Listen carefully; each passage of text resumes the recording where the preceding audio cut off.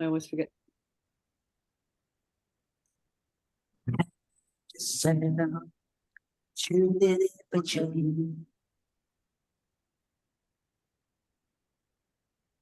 And I take it we're live this morning. I can't hear Django because he's got a little bit of dodgy Wi-Fi out there in South Africa at the moment. So welcome to Kindasound Radio this morning, guys. Thank you all for tuning in onto the Reality Bites show with me, your host, Wendy Smith.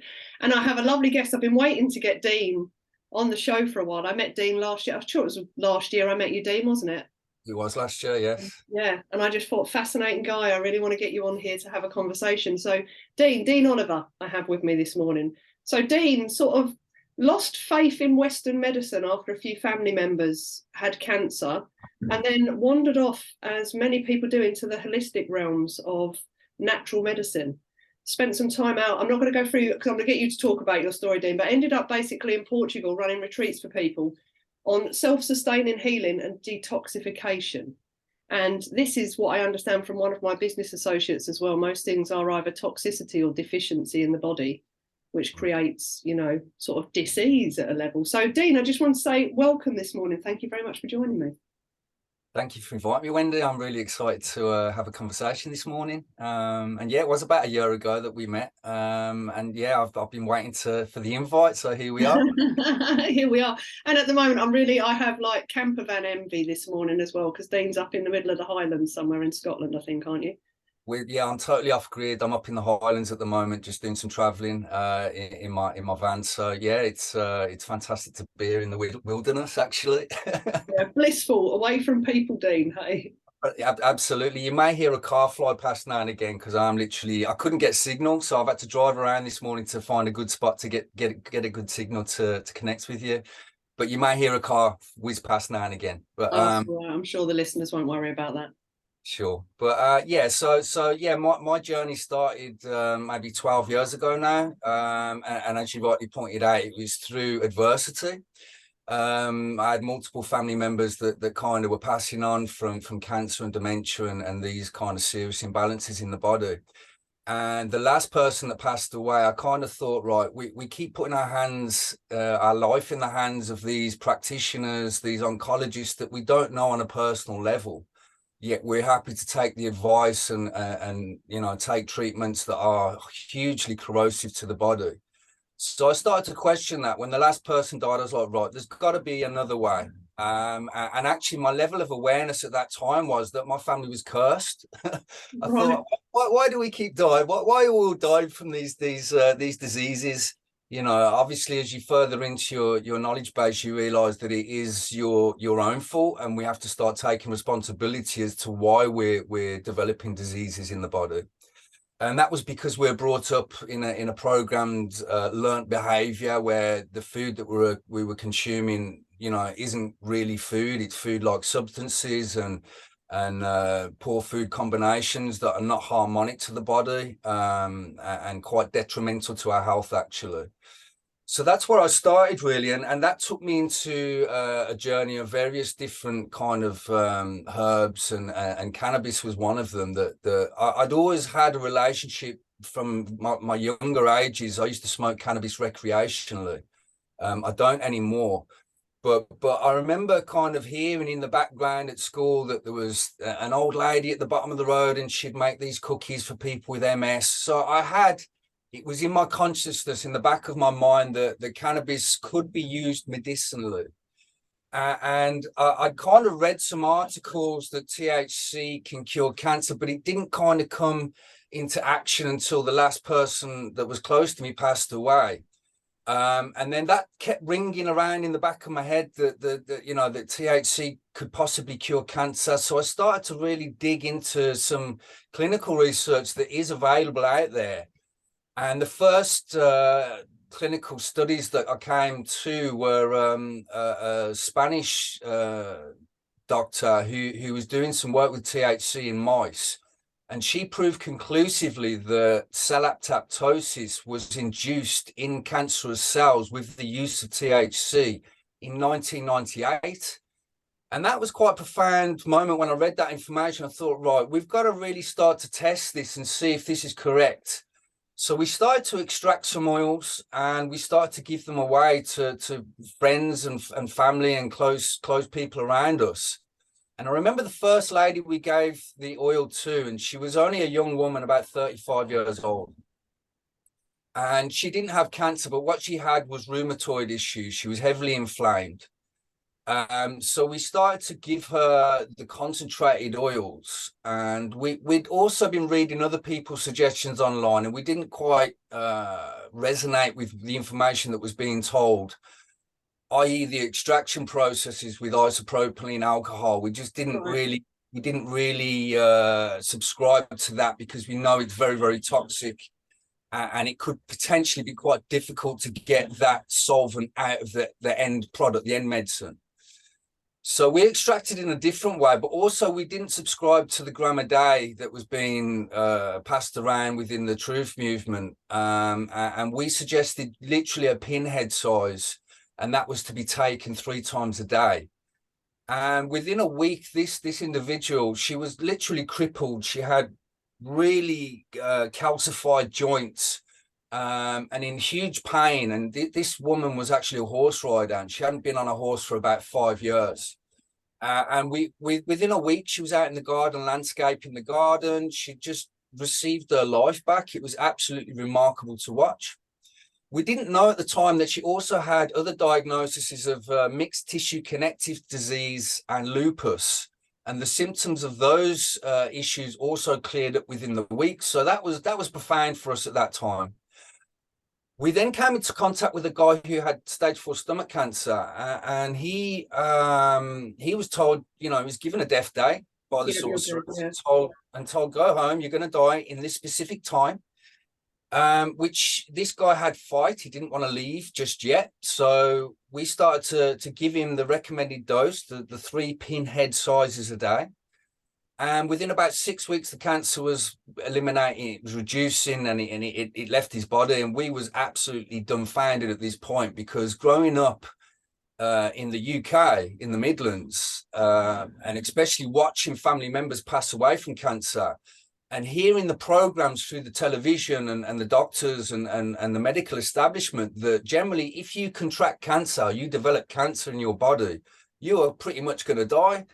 So I had that in the back of my consciousness also, that I lived a very unhealthy lifestyle up until my mid-20s. I was very much subscribed into the illusion, albeit I was a skeptic.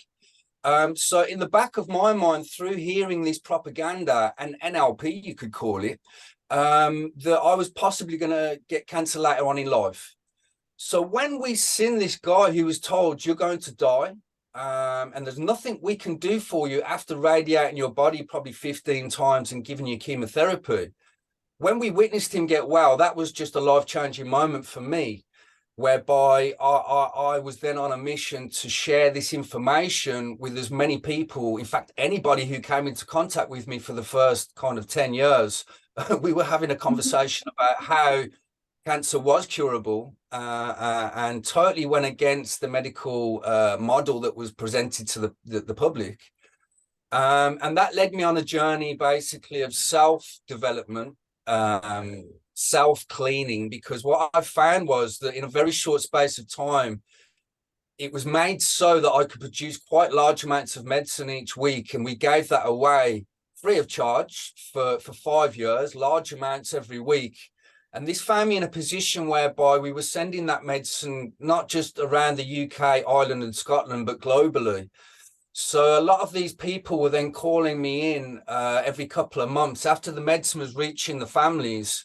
I was being called into those particular areas, and then we'd sit in a house with maybe 30, 40 people and talk about health and how to actually become self-sufficient in extracting your own medicines and how to grow your own medicines, not just cannabis, other herbs as well, because this opened up my awareness into the whole medical cabinet that we have in nature.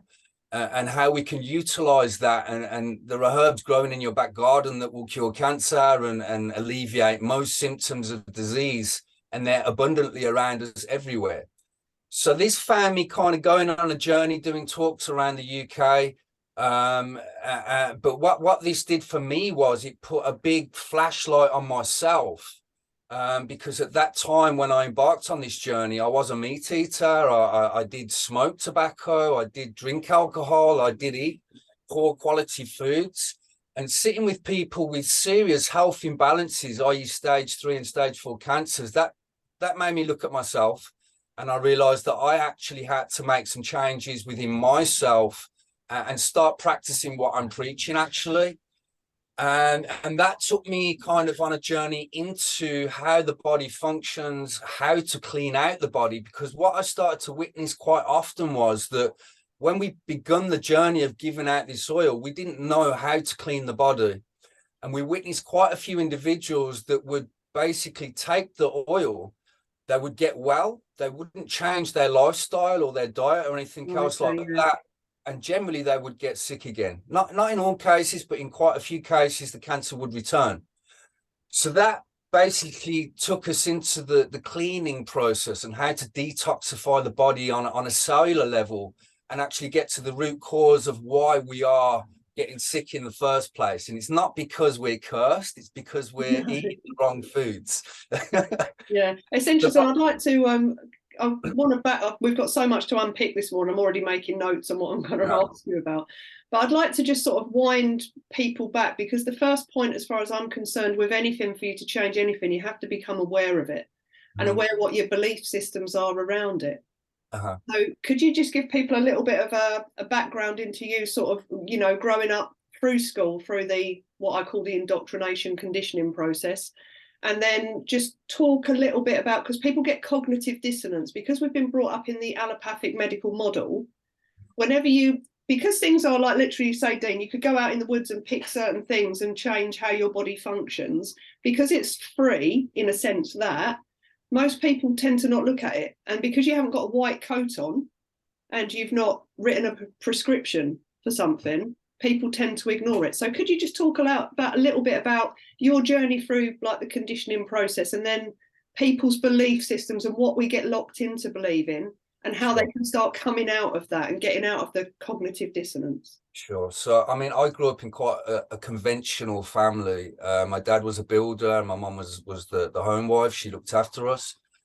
And in the 80s, we moved to South Africa, which was quite, I realize now, that was very important for my development. And it makes sense to me now that when I was in South Africa, I was in that environment. It's a barbecue environment. Everyone has what are known as braais. So, you know, you're eating barbecued food all the time. I didn't get on with meat, if I'm honest.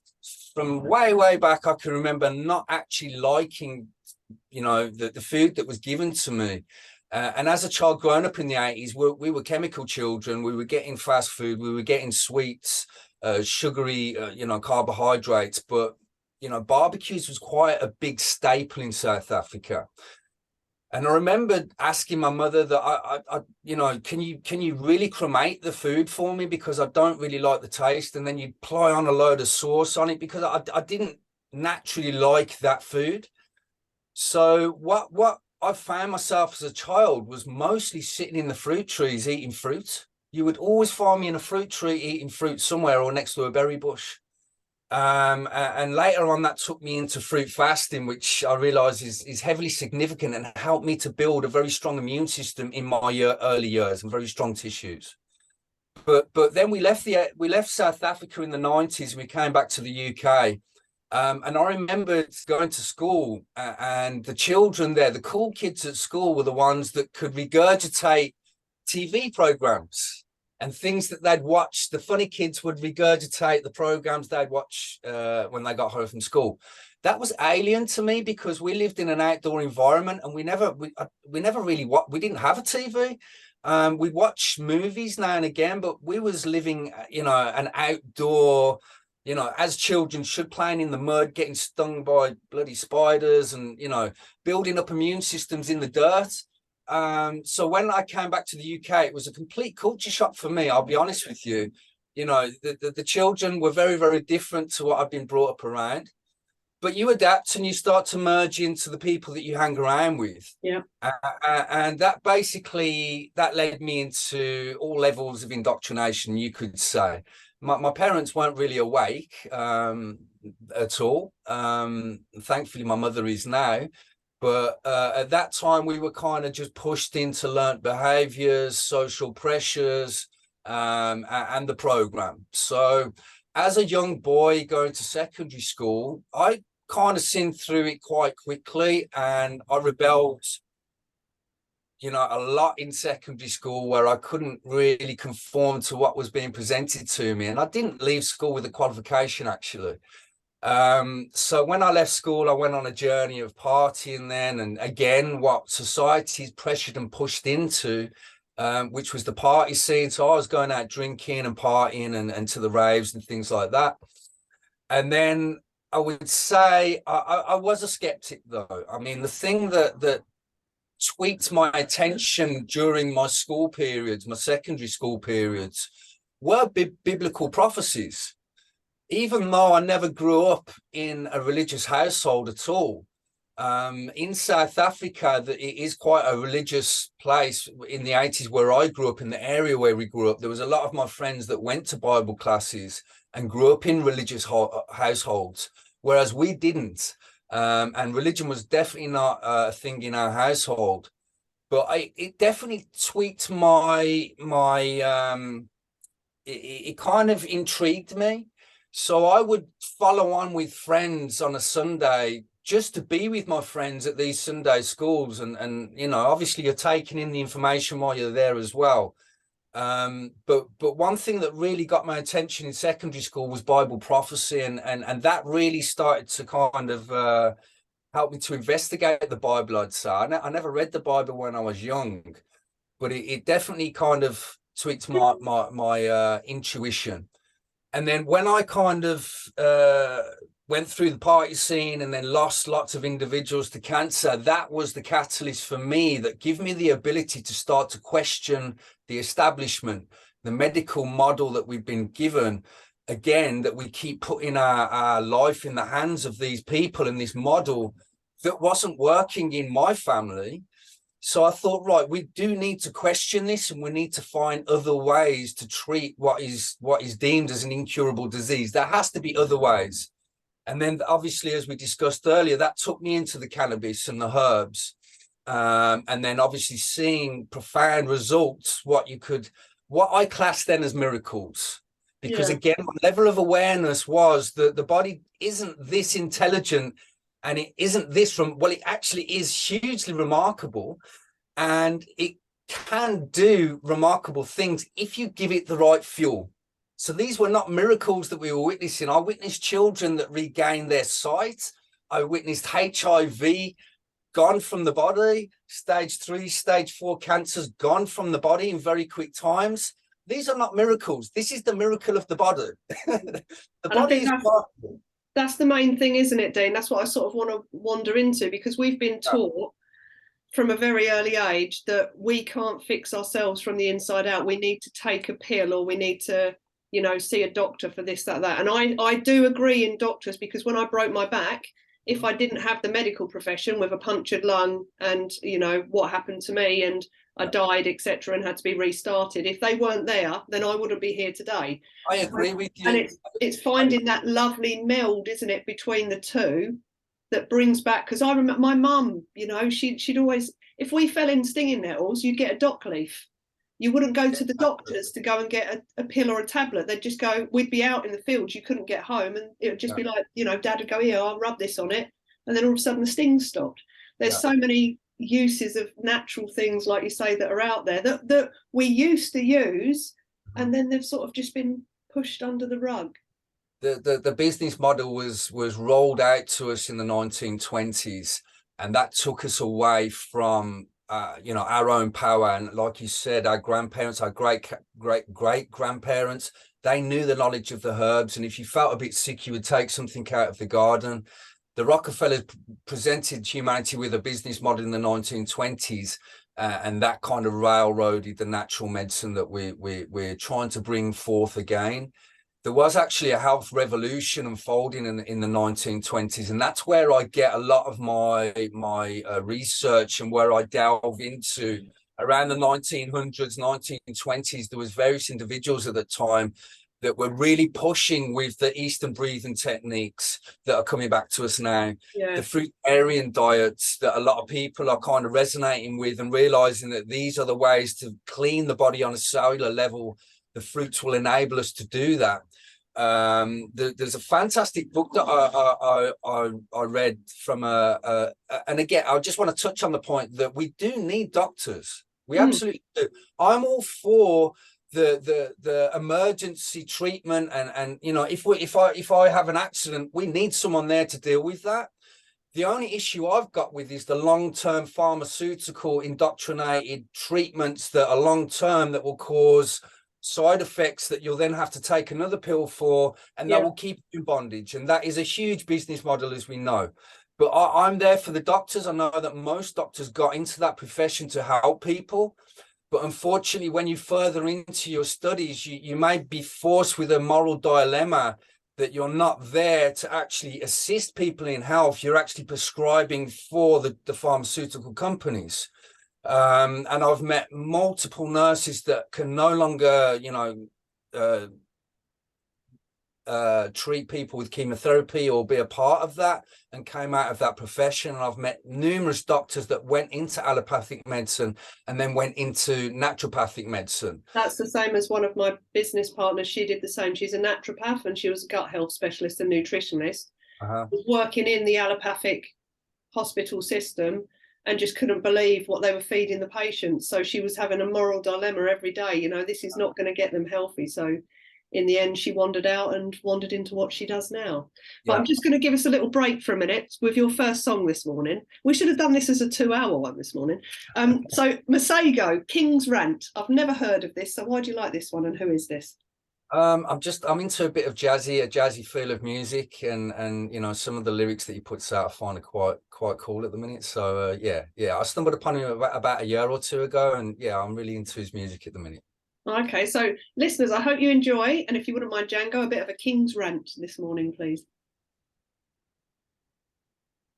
Cool, you're off air. Lovely job.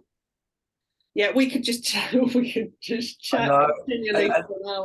That's when you said, "Oh, can you recommend 4 songs?" I thought, well, 4 songs is going to cut out a huge portion of the talk, and as you know, this could go on for a little while. So yeah, we'll probably only play 2. I just like 4 in case we're breaking. We can play as many. It just gives the listeners a mini break, but they'd probably happily quite sit and listen to an hour of you. Well, there's lots to discuss, you know, and I mean, an hour is a very short amount of time to really, especially when you're talking about, you know, I've never been asked about my experience and how I got into this in depth, really. So yeah, it just takes it. Yeah, there's a lot that can be discussed. Yeah, it's nice to know, because I called the show Reality Bites because I just wanted to share like slices of people's life, because most people think, you know, well, most people don't think. They just go through our indoctrinated conditioned process and then go out there into the 9 to 5, you know, bend over for your slave masters, do as you're told, and then die, retire and die. Well, and it's one of those things. Is I think for people to realise that, you know, you can tune into yourself. You can swap and change jobs every day of the week if you want to. You just have to be finding what your passion is in life. Absolutely. You've got to be your own process of thinking, coming out of that. So I like to share people's journeys so people know where people come from, and that it's not all about. I'm similar to you. I think I did come out with some exam results, but I hated school. I liked sport, and that was it. So for me, you know, I think everything was a C. I think I might have got 1 B, but most things were an E. And it's because I just didn't care. I had no interest. I just wanted out of the place. Yeah, same. I think I got 3 Ds, 4 E's in a U. Like I didn't apply myself to school at all. It was more of a social gathering for me. Yeah, same here. And it's all my education has been through choice over the age of 25. Yeah. So and I think in school you're kind of pushed into the pressures of trying to find a career. I didn't know what I wanted to do up until I was, you know, mid-20s. And then when you enjoy doing so, as you said, when you enjoy doing something, it's not even work then, it's just you're just living your life and you're doing what you enjoy doing. And you know, thankfully you can bring some value to other people's life in sharing your experience, and that's the key, I think. Yeah, definitely. I think that's what, and I always say to people now, because they say, what do you do for a living? And it's like, well, it's easier to tell you what I don't do. I'm not an electrician or a plumber. Do you know what I mean? It's because I do so many different things, but I do what makes me feel good on that particular week or that day. Or when jobs come in, I go, do I really want to do that? Oh, that one feels good. I'll do that. Mhm. And if it doesn't, I'll palm it off to someone else who probably would enjoy doing it. Yeah, And I'm always changing what I do, because nowadays I just trust that the universe is gonna, as long as I'm happy, do you know what I mean, and I'm not stuck in fear or anything, the universe is just going to keep bringing me in what feeds that feeling. absolutely. I totally get what you're saying there, because 40 seconds to go. Thanks, Django. We are here to evolve and just move forward. That is it, isn't it? It's just to keep moving forward and evolving on whatever level that means to you in your life. But like I say, most people just get stuck, don't they, Dean, in that grindstone, and they don't realise there's a way out. They become stagnant. Kindasound Radio, the station for a global community. And you're live. And welcome back to Kindasound Radio this morning. Thank you for tuning in to the Reality Bites show with me, your host, Wendy Smith, and my lovely guest this morning, Dean Oliver, talking all things self-sustaining healing and detoxification, with a bit of his history in there as well. So we I can't remember where we got to, because we were talking off air as well about so many different subjects. But it was that, I think we were talking about the doctors. We do need doctors for certain things, but it's the pharmaceutical model that has actually caused the massive problem for us with our healthcare. Yeah, I agree. Yeah. So when you think about moving forwards now then, Dean, so from here, you talk about cleaning the body. So how would someone go about, now they've sort of realised, so if they've worked out this morning and got a little bit of cognitive dissonance, by the way, if your head hurts listening to this and you're starting to feel very uncomfortable, it's because you're probably just learning that there are different ways to do things. And it's always uncomfortable when we come out of something that we thought to be true, and we have to look at other things as well. So cleaning the body, Dean, how does that work? Where would someone start? What would they start looking at? So for me, basically, when we were going out advising people, we didn't know about nutrition. We didn't know about detox. We were literally just advising, take this oil, take these herbs. And we was getting fantastic results with that. But as I say, we started to notice and witness quite a few individuals that would not change their lifestyle, that would continue to eat fast food, smoke, drink. They'd never change anything. They just literally took an oil. And we noticed that a lot of those guys, well, not a lot, a few of those guys would generally get ill again, especially if they'd had chemotherapy or radiotherapy. So that kind of, that spiked my interest again. And I thought, right, we need to realise and come to the root cause as to why these individuals are getting sick. And again, that took me on a journey of self-exploration, where I started to study and learn how, the body becomes bunged up with certain things that we put into it, and then kind of furthered myself into that to learn how to clean out the organs, how to get the lymphatic system moving. And basically I moved from the city into the countryside for 3 years. And for 2 years, I basically experimented and just learned how to clean out the liver, how to get the lymph moving, how to clean the skin with different therapies. And then when I felt comfortable in what I saw coming out of my body and the effects of that on my body, then I started to share that with friends. And I'd invite some friends over to the barn for a week, and come on, let's do some fasting. Let's fast on liquid juice for 5 days and see what comes out of you. Yeah. So we did that for a year or so, and we had profound effects, not only on the body, but on the consciousness as well, on our spiritual development. And that then just kind of opened things up for me, where it inspired me then to want to be able to show people how to do that work, how to clean out the body. And that kind of was the catalyst that led me to Portugal, because I knew the UK, you can fast and detox here, but you're not getting the same quality of fruit. You're not getting the same, you're not getting the sun, which obviously helps to lift the mood when you're going through quite an uncomfortable process. It can be the detoxification process.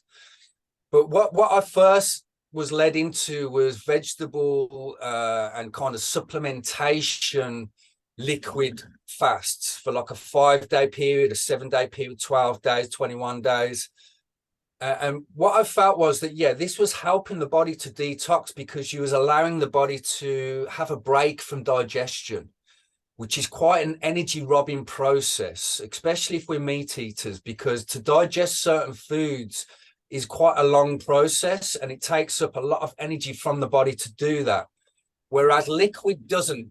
You're taking up no energy in digestion at all. So that allows the body then to focus into other things, which is the detoxification process.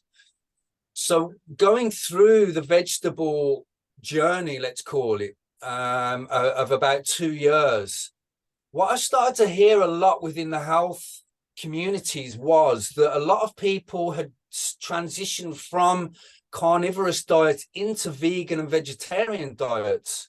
And 2-3 years in, they would start to feel arthritical pains in the back and in the joints and these sorts of inflammation, basically. So again, that sparked my inquisitive mind, and I started to delve quite deeply into the fruit and into the vegetables. And what I stumbled across was that the plants have their own self-defense mechanism. And they have what is known as pesticides within them, because if the animals or the herbivores are eating too many of a particular herb or too many of a particular vegetable, or the humans are eating too much of a particular vegetable, that will basically create oxalic acid in the body. And a lot of these vegetables will have high oxalates. And oxalates, again, will create oxalic acid in the body, which will give inflammation. And it kind of crystallizes on the joints and give sort of like an arthritical pain. So again, this is the defense mechanism of the plants, the consciousness of the plants that are telling us, no, don't eat too much of that because it will hurt you. And we don't want to be eaten too much anyway. So that got me really thinking, okay, then what are we supposed to be eating as a species? Yeah, exactly. Yeah. And then that took me into a guy in the 1900s, Professor Arnold Ehret, and he was basically experimenting on himself as well with fruit. And this resonated with me massively because I spent a huge portion of time, as we discussed as a child, is sitting in the fruit trees eating fruit. Yeah. And what Arnold had realized was that there are defense mechanisms in the body. If we eat things that are not harmonic for us, the autoimmune responses that are given are plaquing, inflammation, and mucus. So Right. if we eat something that's not good for us, the body will mechanize an autoimmune response. And he came up with, and he realized that fruit doesn't give us those responses. Okay. And he wrote a few books, one of them called The Mucusless Diet. Fruit doesn't give a mechanism for the body to create mucus to get that toxicity out of the body, because there's no toxicity in organic fruit. And he basically started to go and embark on long liquid fruit journeys himself. And again, I would say that ignited his consciousness at that time as well. And sparked him on a journey of true health and learning how to eliminate cellular waste out of the body. So when we consume foods that are not harmonic for us, the body basically, the waste management system in the body is the lymphatic system. Right. So you have thousands upon thousands of cells mitosing every single day in the body. I think the figure's about 70,000. And obviously the cells need to consume, and they also create waste. So depending on what food sources you're putting into the body will determine what acid or alkaline waste is eliminated from those cells. So if you're eating a very acid forming and mucus forming diet, food like substances, processed foods, dairy, meat, the acid, the waste from the cells when they're eliminating from those cells will be an acid waste. Yeah. If you're eating a high fruit diet, a high alkaline diet, the waste from the cells will be an alkaline waste. Basically, if we're eating a high acid forming diet over long periods of time, acid is corrosive. So over long periods of time, that acid will work its way into the lymphatic system. And if we're not mindful of how to move the lymphatic system, that acid will store in the joints, it will store in the tissues, and that's why we feel pain effectively. Okay. If you're eating a high alkaline diet, which is predominantly fruit, if you bite into a pineapple or you bite into a lemon or quite an acid fruit, a citrus fruit, you will instantly pucker, you will contract. That is because the fruit is very, very astringent, and that occurs on a cellular level as well. So when you consume that pineapple juice, the cells contract. And because the fruit is very, very astringent, it basically pulls the acid out of the cells. It also allows the lymphatic system to move because the lymph makes up around 75% of the bodily fluids. Right. The blood is responsible for feeding the body. It transports the nutrients around the body, whereas the lymphatic system is the waste management system. Okay. It's one of the biggest systems in the body, fluidic systems in the body. And like the blood, there is no pump for the lymphatic system. This is why the Eastern traditions, they are fully aware of how to move the lymphatic system through the yogas, through the qigongs, through the movement exercises, because the lymphatic system can be moved through movement, or it can be moved through hot and cold therapies. Again, there's an expansion through the heat and then a contraction through the cold. This allows those fluids to move through the body and then be eliminated through the eliminatory organs, which are the kidneys, the lungs, the bowel, and the biggest organ, which is the skin. So again, if we're consuming heavily acid-forming foods over long periods of time, when your organs and tissues are sitting in acid for long periods of time, this develops mutations in the cells, and this is what is cancer, effectively. Okay. So what I find quite remarkable in the allopathic community is that they try and fight fire with fire. And basically, when your cells have started to mutate from acid, they will put you through treatments, what are known as chemotherapy, which are acid treatments. And basically, if you look on the pH scale, and obviously 7.2 is neutral, that's where we want to bring an environment into the body for optimum health. When we start going too alkaline, that brings alkalosis. This is an imbalance, and we have to look at everything in balance. And on the pH scale, the pH, the power of hydrogen scale, 7.2 is neutral. Anything above that is high alkaline. Anything below that is corrosive. It's acid. So if you look at chemotherapy, that's pH around 2 pH, which is acid. It's corrosive. That's why when someone is injected with that, it destroys all of the cells and the hair falls out.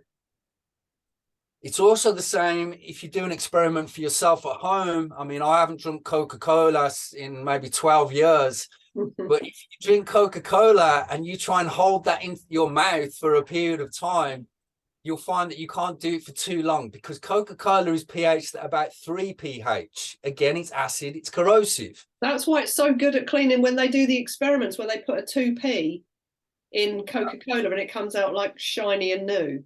Yeah. It's corroding all the rubbish off of it, basically.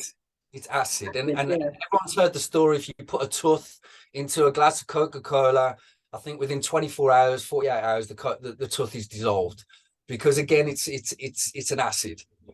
So, again, that took me into the body and what we should be consuming for our species. Right. And what I found was that then led me into Portugal, where I found comfort in kind of really getting deep into cleaning my own body.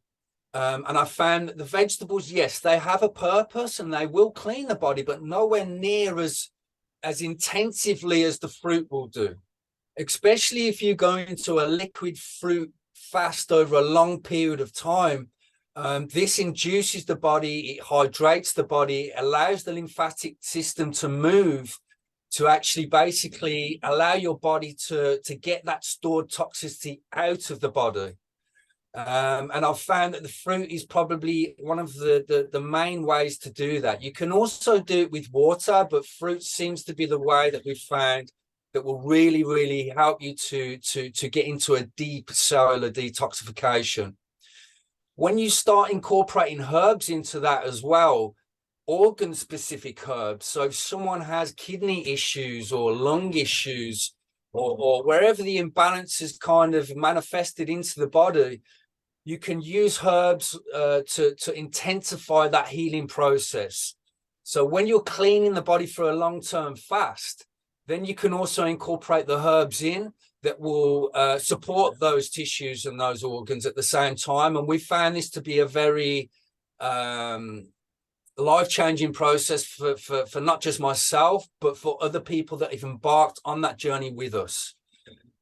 So that led me into Portugal, where I found a small patch of Portugal, a small organic fruit farm that we spent 2 years during the pandemic, well, pre-pandemic, we spent 2 years preparing that place where we would be in a position that I could express myself to my fullest and guide people through the detoxification process.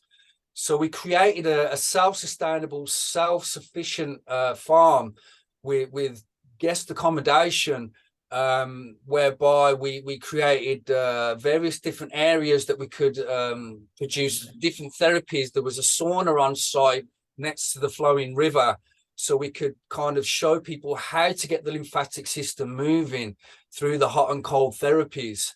And basically we started the first I was detoxing myself during that time of creating the farm, but we started our first detoxification program the week that the pandemic kicked off. Right.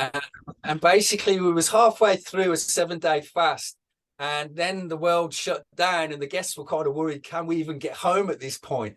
But we kind of guided some guests through that process, and the age ranges were from 17-year-olds to 65-year-olds.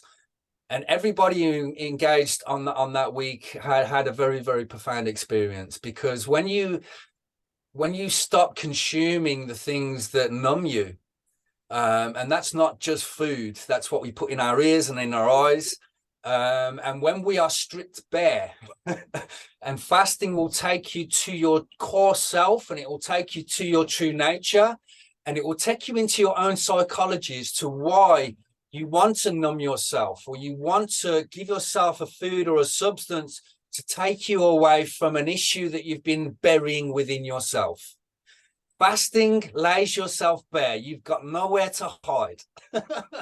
I think that's with what I want to nip in. We'll have one more song break and then we'll finish off on that subject, because that's something I'm fascinated by, this whole subject, Dean. You've really put lots of little blocks in place for me this morning that have joined up little chains of thinking I've had and knowledge from different people, and now it's like, it's becoming quite clear. So we're just going to wander into song 2. FKJ, A Moment of Mystery. I've not heard of these guys either.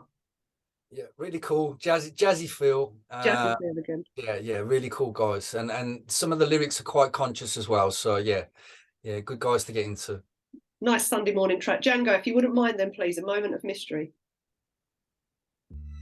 Cool, you're off air. Yeah, I want to wander into the other side of it as well, the emotional side, because it's one thing people don't realise, isn't it, that, you know, it's not just about your cellular health, is it? It's the emotional health as well, and what you bury comes back in the body.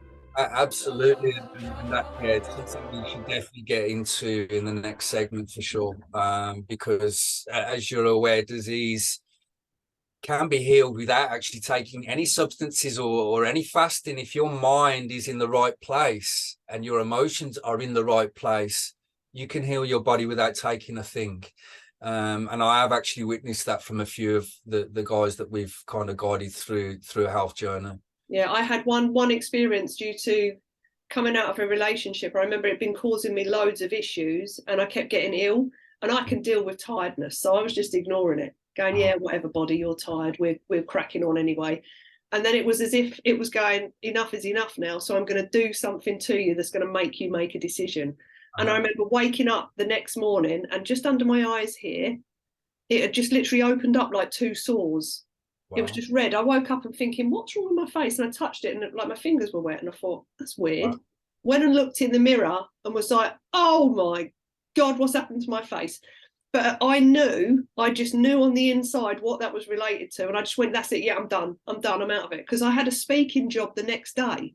And I was thinking, I can't go and do like a talk to, 700 people with my face looking like I couldn't do anything with it. And that was like the body going, right, what is really going to make her pay attention? This. And within an hour of me just stopping everything, that cleared up, Dean. And it was like, all right.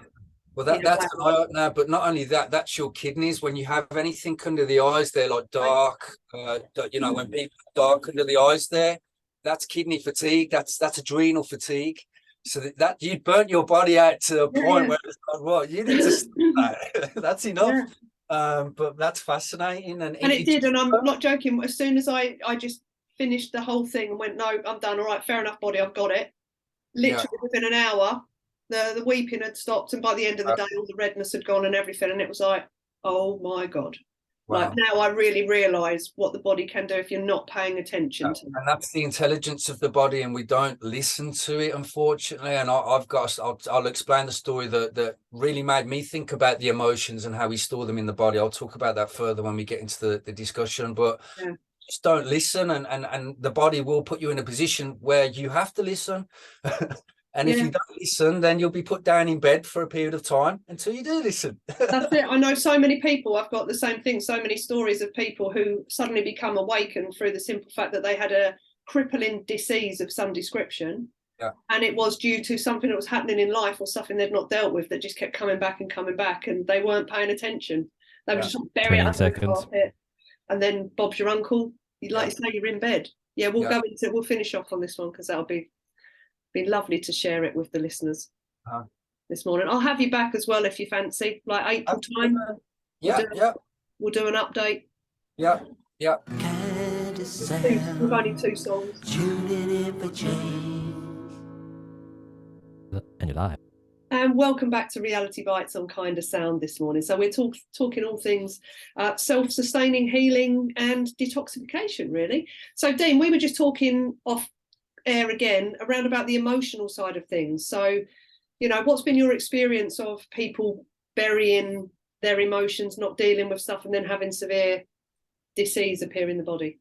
Well, I mean, I'd read, when I was getting into learning how to clean out the body, through my own series of events, life showed me that it's not just the physical things that we need to address when we're on a health journey, it's certainly the emotions as well, because what I personally witnessed was I lost my dad in 2016. And basically I then he lived in South Africa at the time, so I was back and forth dealing with his affairs and working through that. But I realized that when I got back to the UK, I totally distracted myself from what had just happened, and I didn't allow myself to grieve, and go through that process. And it was about a year later, after setting up businesses and just fully immersing myself into assisting others, that my lung collapsed.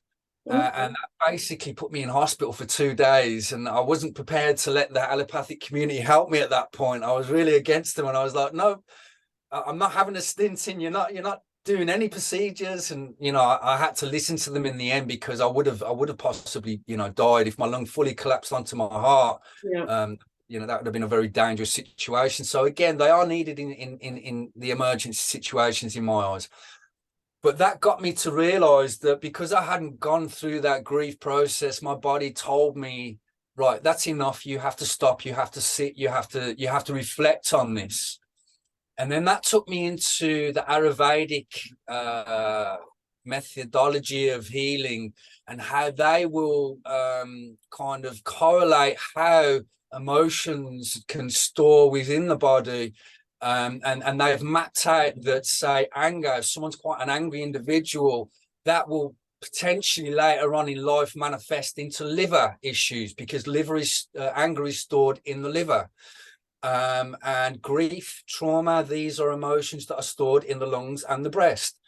So that really got me thinking that, with the guests and the people that come into contact with us, we really need to make them aware that if they are on a health journey, say a cancer journey, and it's it's cancer of the breast or the lungs, they need to look at, have they suffered a trauma earlier on in the journey that they haven't quite got over, like I did myself. And then I started to hear that there was studies and books by German New Medicine where they'd also mapped out the body and how these emotions can be stored in the body and then later manifest into disease. And I think they even worked out that if someone had gone through a grief journey and that they hadn't quite got over the grief of losing a loved one, they worked out that whether it is the left breast or the right breast, whether that was a mother or a father or a masculine or a feminine energy that they'd not quite got over the grief of. So it's something that we really point out to people now, you know, especially people who are going through serious diagnoses, to look at the emotional effects that has had on the body. Because again, as we discussed off air, that if you don't listen to your body will make you listen at some point and put you in bed, and you'll have to sit down and reflect on whatever you're trying to not look at. Yeah, I find it fascinating, because that's obviously with the PTSD trauma stuff I work with. You know, I see people's health improve.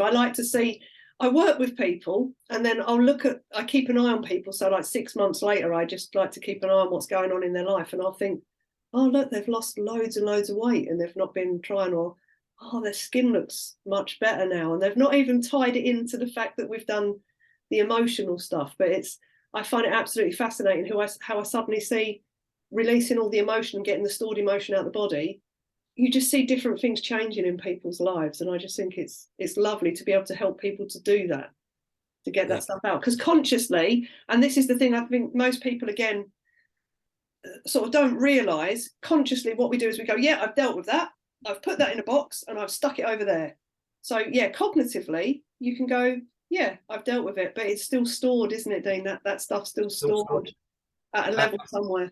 And it stores in the cells as well. And what we've witnessed when people go through the detoxification journey, and you're going through a 7-day, 10-day, or some people even go 40 days on liquid fruit, that stirs up the emotions. Traumas can be stirred up.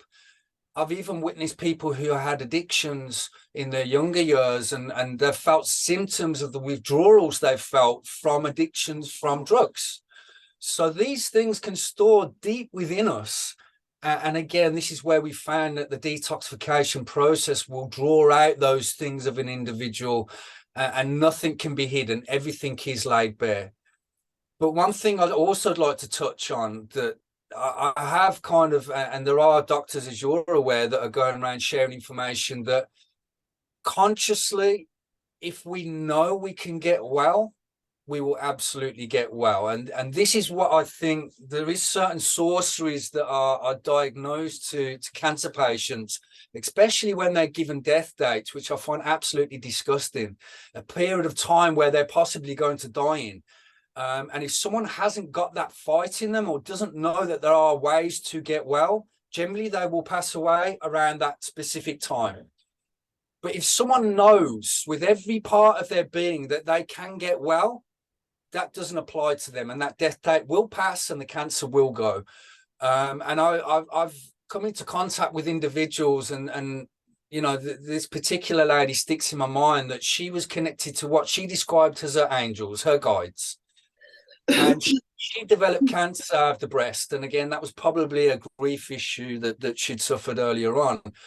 But her angels told her, and she wasn't taking any herbs, she wasn't doing any detoxification, she was doing nothing, no lifestyle changes. But her guides told her to basically visualize the cancer and look at it like a snooker table. And she had to pot these balls. And then when she got to the black ball, she potted that ball, and that was the cancer going down the hole. But she had to go to the toilet and use the toilet after, which she did. And she had to visualize that cancer leaving her body. And in doing that, she basically cured her own cancer without taking anything, just an absolute knowing in her body, in her mind, that cancer was leaving her body when she went to the toilet, and it did leave her body. So that's something that I find absolutely remarkable. And I've witnessed it time and time again. Obviously, a cancer diagnosis it's hugely traumatic for someone. It's you know, I can't imagine, actually. I've never been put in that situation myself. But you know, I do see how traumatic that is, and how fearful people are. But because we're given this model and we're told, and especially when I was growing up, I was told 1 in 2 of us would develop cancer. And generally, if you get cancer, you're going to die. There's no way out of that. But if I think this is where the education comes in on a bigger scale, and it is now. There's lots and lots of people that are preaching the same message, that we can get well of all disease. You know, that we have to know that we can get well. And what we witness with people is that when they are very, very fearful and they come with a diagnosis, and they're even questioning it, are the suggestions that we're making going to work? We're not quite sure, but we're going to go along with it because the family have pushed us into this arena where you know, you're trying to help us to live. So they take these substances, they take these herbs, that you know, they embark on this journey skeptical. But then when they start to see changes, so usually they'll go and have a scan, or the first scan after a couple of months, they'll see reduction in a tumor. What we witness then is that the cancer goes very, very quickly. Yeah. Because they've instilled a knowing into themselves that they can absolutely get well, and they're doing it themselves. And one lady that sticks with me, a lady who came to a talk I did many, many years ago, and she had a young family. She didn't want to leave that young family. She was diagnosed with stage 4 lymphoma and was told, you're going to die in 6 months. She came to the talk and she listened to everything we said, and she really took it seriously, and you know, tried every suggestion that we made. Within 6 months, that cancer was gone. But she was being pressured by the hospital and the doctors, and they kept trying to kind of bully her. I would call it bullying, into having more chemotherapy and more radiotherapy, even though the cancer had gone, under the pretense that the cancer may come back. So she was quite fearful, and you know, she was having phone calls off the hospital and the doctor, the hospital quite often, you know, telling her that she really should have more treatment. So I was continuously on the phone with this individual, trying to ease her mind and let her know that, you know, your cancer will not come back. Are you pH in your body? Are you checking? Yeah, I'm at 7.2. Okay. Cancer can't live in an oxidated body. Are you taking your black seed oil? This is hugely anti-cancerous. Yeah, I'm taking it 3 times a day. Are you applying your magnesium oil? Yeah, I'm doing all of this stuff. Well, cancer can't physically live in your body because you've created an environment that it can't live there. But the cancer came back because this woman was always in her mind. It's in the head. Yeah. And I was constantly reassuring her. It was like a roller coaster for her. So that the cancer came back to the head. Yeah. But the thing is, this lady knew how to get rid of it, and within 6 weeks it was gone. And this is the thing, isn't it, Dean? We're going to have to finish here. We're sort of out of time this morning, which I'm gutted. I'm going to bring you back in April so we can further this conversation. I'll make a note of where we've got to. But it is that thing. It's just whatever you're running through your head, you're going to get the result of. Yeah. It pretty much is as simple as that, and supporting the body with the right things that it needs to, like you say, create the right internal environment for health rather than disease. Absolutely. I just want to say, Dean, thank you so much for joining me this morning. It's been an absolute pleasure. And how do people get hold of you or find out about you if they want to contact you? Generally, most people will get me through Facebook Messenger. That's where the majority of people come. I don't work with websites. I don't work in that way. Or you can get me on email, heydeanoliver@gmail.com. Lovely. I'll make sure me and Django put these links on everything. This goes out on all the podcast channels as well next week. So, and yeah, so all of you listeners, if you want to get hold of Dean, there will be some links attached to this. And I hope you've enjoyed this morning. I know I really, really have. And Django, if we can just play out with Maverick, Sabre and Breathe, please. Thank you, Dean. You're welcome. Thank you. Cool, you're off air. Lovely job. Fantastic. I enjoyed that. It's great. Yeah, I did as well. I'm just going to stop